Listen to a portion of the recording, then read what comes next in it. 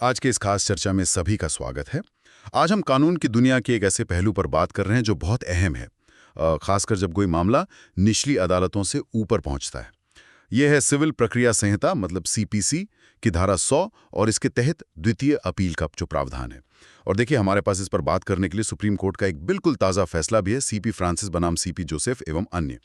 तो आज हम इसी फैसले की मदद से ये समझने की कोशिश करेंगे कि भई द्वितीय अपील होती क्या है, और जो सबसे मजेदार बात है कि हाईकोर्ट के पास कब और कैसे कानून के नए सवाल उठाने की ताकत होती है। तो क्या कहते हैं, शुरू करें इस कानूनी गुत्थी को सुलझाना? बिल्कुल।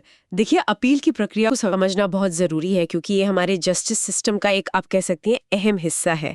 और द्वितीय अपील जो हाई कोर्ट के लेवल पर होती है, उसका अपना एक खास मकसद है, अपना एक दायरा है। इसे जानना काफी दिलचस्प रहेगा। से ये अलग कैसे है? देखिए, होता क्या है कि जब कोई पार्टी किसी सिविल केस में ट्रायल कोर्ट यानी सबसे निचली अदालत के फैसले से खुश नहीं होती, तो वो पहली अपील करती है। ये अपील आमतौर पर डिस्ट्रिक्ट कोर्ट में या फिर सीधे हाई कोर्ट में भी हो सकती है। ये केस की वैल्यू पर निर्भर करता है। और पहली अपील में जो कोर्ट होती है, वो तथ्यों पर यानी फैक्ट्स पर और कानून पर, दोनों पर ही नए सिरे से गौर कर सकती है। मतलब गवाहों के बयान, सबूत, सब कुछ फिर से देखा जा सकता है। अच्छा, तो पहली अपील में सब कुछ दोबारा देखा जा सकता है, फैक्ट्स भी और कानून भी? हाँ, लेकिन सिविल प्रक्रिया संहिता की धारा 100, जिसके बारे में हम बात कर रहे हैं, वो द्वितीय अपील के लिए है। ये एक तरह से फिल्टर जैसा काम करती है। ये सिर्फ हाई कोर्ट में ही हो सकती है, और वो भी तब जब पहली अपील वाली कोर्ट के फैसले से भी कोई पार्टी संतुष्ट ना हो। और सबसे बड़ी बात जो इसे पहली अपील से अलग करती है, ये सिर्फ विधि के सारांश प्रश्न मतलब सब्सटैंशियल क्वेश्चन ऑफ लॉ तक ही सीमित है। एक मिनट, ये विधि का सारांश प्रश्न सुनने में थोड़ा सा भारी लग रहा है। इसका मतलब क्या हुआ? मतलब क्या आप ये कह रही हैं कि दूसरी अपील में आप ये नहीं कह सकती कि भाई निचली अदालत ने फैक्ट्स को गलत समझ लिया? हाँ, बिल्कुल, आमतौर पर यही मतलब है। देखिए, 1976 में इस धारा में एक बड़ा संशोधन हुआ था। उसका मकसद ही यही था कि हाई कोर्ट का जो कीमती वक्त है, वो सिर्फ उन्हीं मामलों में लगे जिनमें कानून की व्याख्या का कोई बड़ा सवाल हो या कोई महत्वपूर्ण कानूनी सिद्धांत उसका कोई प्रश्न शामिल हो। इसे ऐसे समझिए कि ये सिर्फ कानून की किसी बड़ी उलझी हुई गुत्थी को सुलझाने के लिए है। ये देखने के लिए नहीं कि निचली अदालत ने किसी गवाह पर भरोसा करके सही किया या गलत। तथ्यों पर जो फैसला निचली दो अदालतें दे चुकी हैं, उसे आमतौर पर फाइनल माना जाता है। तो ये सिस्टम मतलब जानबूझकर अपील के मौके को कम कर रहा है? क्या ये सिर्फ अदालतों का बोझ कम करने के लिए है या इसके पीछे कोई और बड़ी वजह भी है? हाँ, दोनों बातें हैं इसमें। ये तो है ही कि इससे मुकदमों का अंतहीन सिलसिला रुकता है और हाईकोर्ट पर बोझ भी कम होता है। लेकिन इसका एक सैद्धांतिक पहलू भी है। देखिए, न्याय का एक सिद्धांत है कि तथ्यों को तय करने का काम, फैक्ट फाइंडिंग का काम, मुख्य रूप से निचली अदालतों का है। क्यों? क्योंकि उन्होंने सीधे सबूत देखे हैं, गवाहों को सुना है। हाई कोर्ट का मुख्य काम है कानून की व्याख्या करना, इंटरप्रिटेशन, और ये देखना कि कानून पूरे देश में एक समान तरीके से लागू हो। अच्छा, तो द्वितीय अपील का दायरा सीमित रखकर ये पक्का किया जाता है कि हाईकोर्ट अपने इस मुख्य काम पर फोकस कर सके। और हाँ, एक और बात, जब कोई द्वितीय अपील फाइल करता है तो उसे अपनी अपील की अर्जी में, जिसे मेमोरेंडम ऑफ अपील कहते हैं, उसमें साफ साफ लिखना होता है कि वो कौन सा विधि का सारवान प्रश्न उतरा रहा है। समझ गया। तो ये प्रक्रिया को स्ट्रीमलाइन करने और कानून पर ध्यान बनाए रखने का एक तरीका है। अच्छा, अब आते हैं उस हालिया केस पर जिसका हमने शुरू में जिक्र किया, सीपी फ्रांसिस बनाम सीपी जोसेफ एवं अन्य। आपने कहा कि इस केस ने द्वितीय अपील और खासकर धारा 100 के एक सब सेक्शन धारा 105 पर काफी कुछ कहा है। क्या कहानी है इस केस की? लगता है किसी फैमिली प्रॉपर्टी से जुड़ा मामला है। हाँ, बिल्कुल। ये केरल का मामला है, एर्नाकुलम जिले का। एक बुजुर्ग दंपति थे, सीआर पायस और फिलोमिना पायस। उनके 8 बच्चे थे और सारी कहानी घूमती है उनकी एक वसीयत के आसपास। वसीयत? हाँ, पारिवारिक संपत्ति के झगड़ों में अक्सर ये वजह बन जाती है। क्या खास था इस वसीयत में? ये एक रजिस्टर्ड वसीयत थी, मतलब बाकायदा रजिस्टर करवाई गई थी, जॉइंट वसीयत थी, जो उन्होंने 27 जनवरी 2003 को बनवाई थी। इसमें कुछ बहुत अहम बातें लिखी थी। पहली कि उनकी जितनी भी बेटियां थीं, उनको शादी के टाइम पर ही समझौतों के जरिए उनका जो भी हिस्सा बनता था वो दे दिया गया था। दूसरी बात, उनके एक बेटे थे सीपी सेबेस्टियन, उनको घर बनाने के लिए 4 सेंट जमीन 1999 में ही एक अलग एग्रीमेंट से दे दी गई थी। ठीक है। और तीसरी जो सबसे ज्यादा विवाद का कारण बनी कि बची हुई सारी संपत्ति उनके एक और बेटे सीपी फ्रांसिस, जो इस केस में सुप्रीम कोर्ट तक अपील लेकर गए थे, उनके नाम कर दी गई। लेकिन यहीं पर एक पेच था, एक शर्त थी। शर्त? वसीयत में शर्त लगा दी? ये तो मामले को और उलझा देता है। हाँ, शर्त ये थी कि सीपी फ्रांसिस को अपने माता पिता दोनों की मृत्यु के 5 साल के अंदर अपने बाकी भाई बहनों को, जिन्हें सीधे प्रॉपर्टी में हिस्सा नहीं मिला था, एक तय रकम देनी होगी। ये रकम हर भाई बहन के लिए 50,000 रुपए से लेकर 1 लाख रुपए तक थी, और अगर फ्रांसिस ये पैसा नहीं देते तो भाई बहन उस संपत्ति पर भार, मतलब चार्ज लगा सकते थे, यानी कानूनी तौर पर उस प्रॉपर्टी से अपना पैसा वसूलने का अधिकार रखते थे। अच्छा, तो भुगतान ना हो तो प्रॉपर्टी पर क्लेम किया जा सकता था। तो क्या झगड़ा इसी शर्त को लेकर हुआ या फिर वसीयत पर ही सवाल उठ गए? झगड़ा तो वसीयत की जड़ पर ही हुआ, उसकी वैलिडिटी पर, और मामला और ज्यादा उलझ गया वसीयत के गवाहों की वजह से। यही कहानी में एक दिलचस्प मोड़ आता है। गवाह? क्या हुआ गवाहों का? आपको पता है गवाह कौन थे? एक तो खुद सीपी फ्रांसिस, जिन्हें सारी प्रॉपर्टी मिलनी थी, उनकी पत्नी पॉन्सी। अच्छा। और दूसरे गवाह थे एंटोनी। और एंटोनी कौन थे? वो उन भाई बहनों में से एक के पति थे जो बाद में वसीयत को चैलेंज कर रहे थे।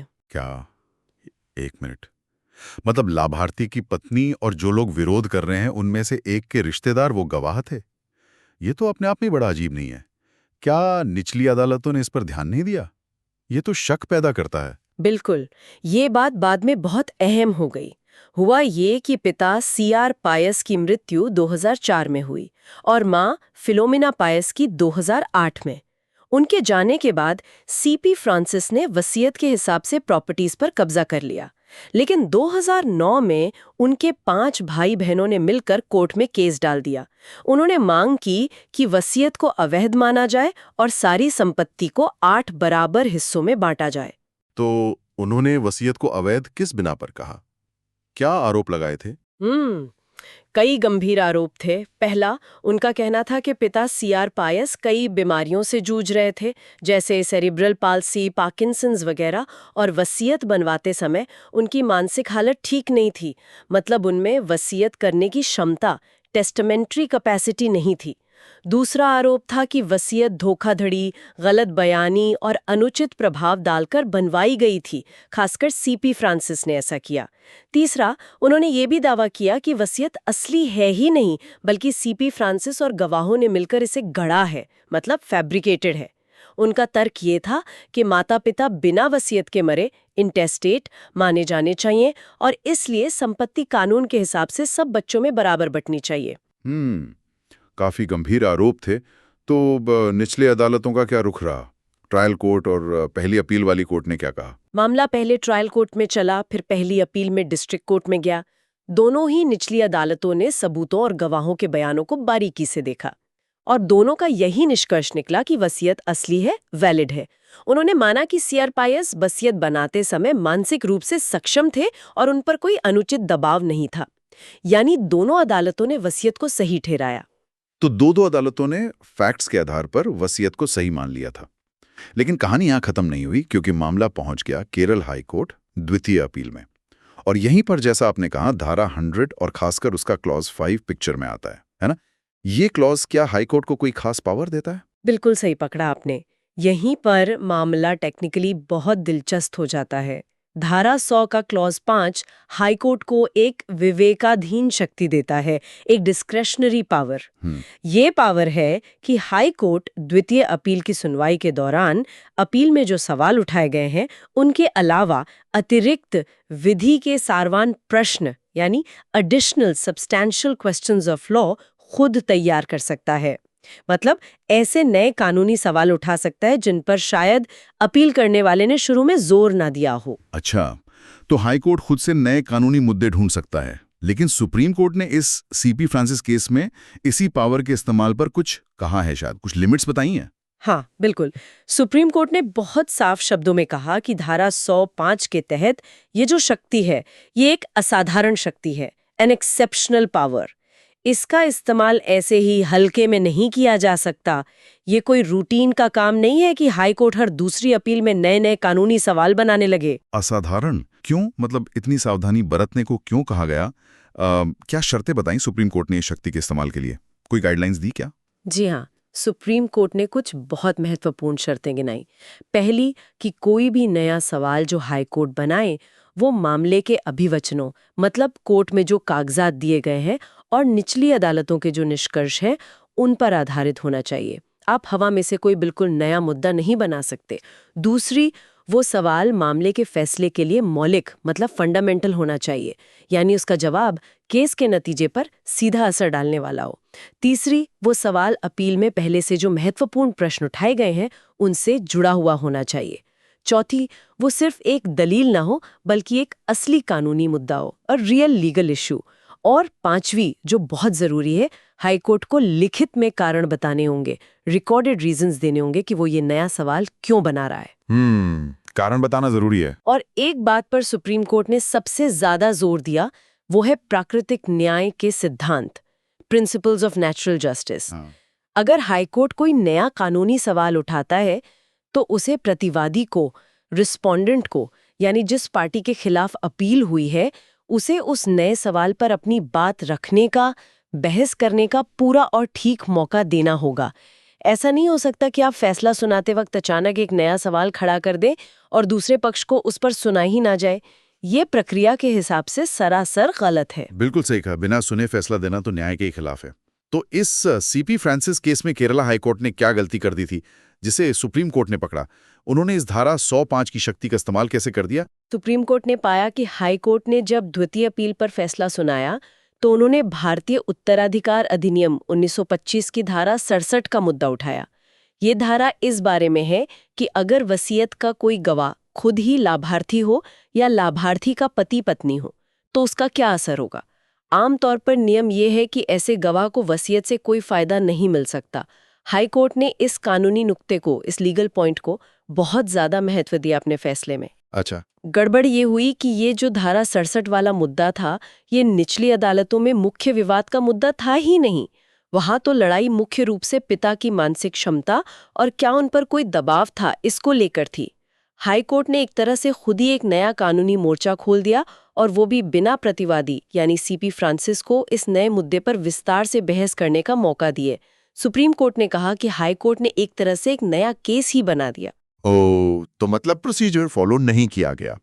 अच्छा, सुप्रीम कोर्ट ने एक और लीगल सिद्धांत का जिक्र किया था ना, ब्राउन बनाम डन का नियम।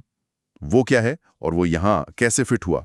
हाँ, ये क्रॉस एग्जामिनेशन यानी जिरह का एक बहुत ही बुनियादी नियम है।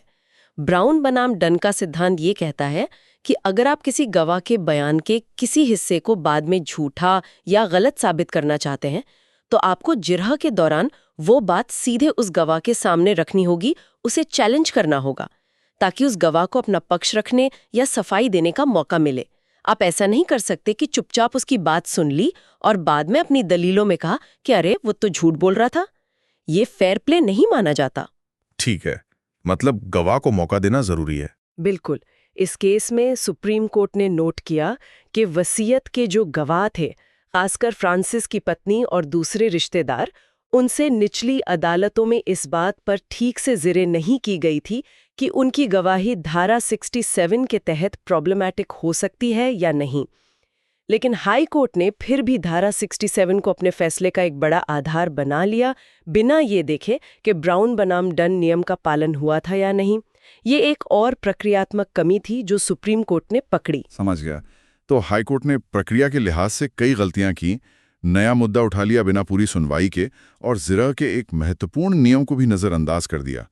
सुप्रीम कोर्ट ने इस बात पर भी तो जोर दिया होगा कि जब दो निचली अदालतें फैक्ट्स पर एक ही नतीजे पर पहुंची हों तो हाई कोर्ट को आमतौर पर दखल नहीं देना चाहिए। कि जब ट्रायल कोर्ट और फर्स्ट अपीलेट कोर्ट तथ्यों पर एक मत हो, जिसे कंकरेंट फाइंडिंग्स ऑफ फैक्ट कहते हैं, जैसा कि इस केस में था कि वसीयत वैध है और अपनी मर्जी से बनाई गई है।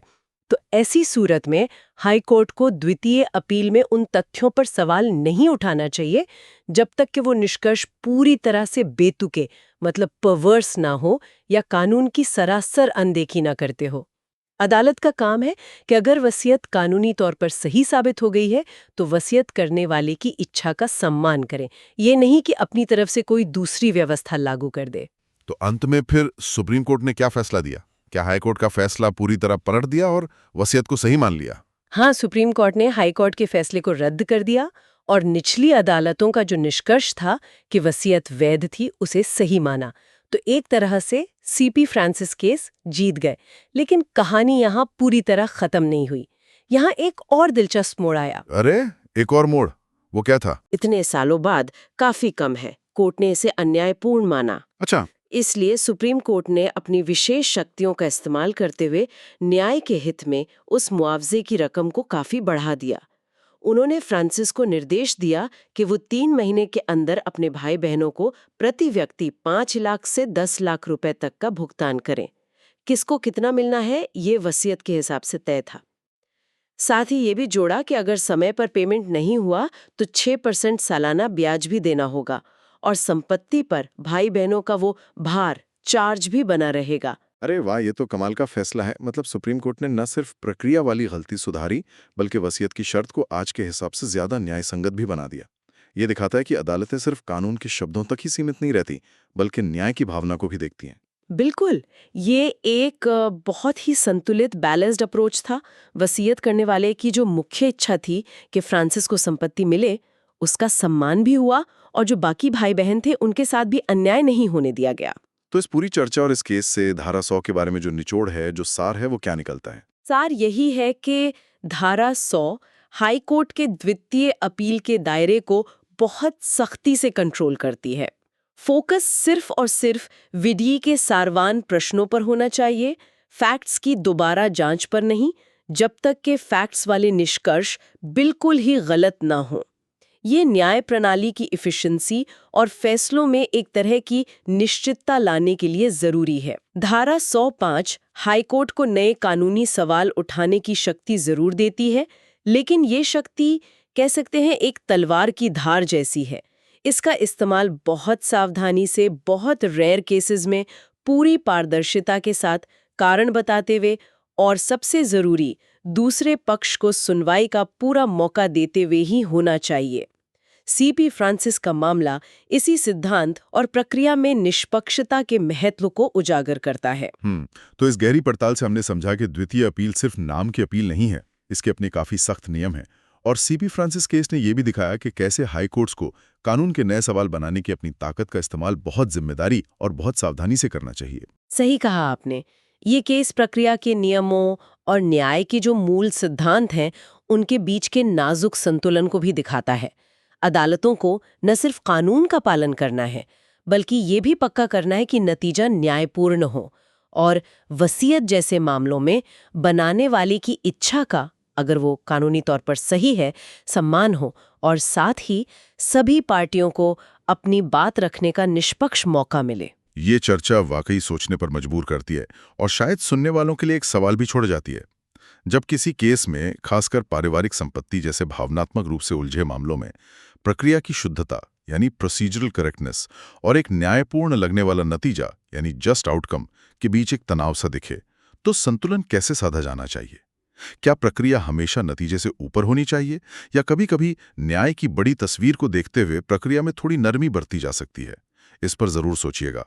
अगली बार फिर मिलेंगे ऐसे ही किसी और विषय की तह तक जाते हुए।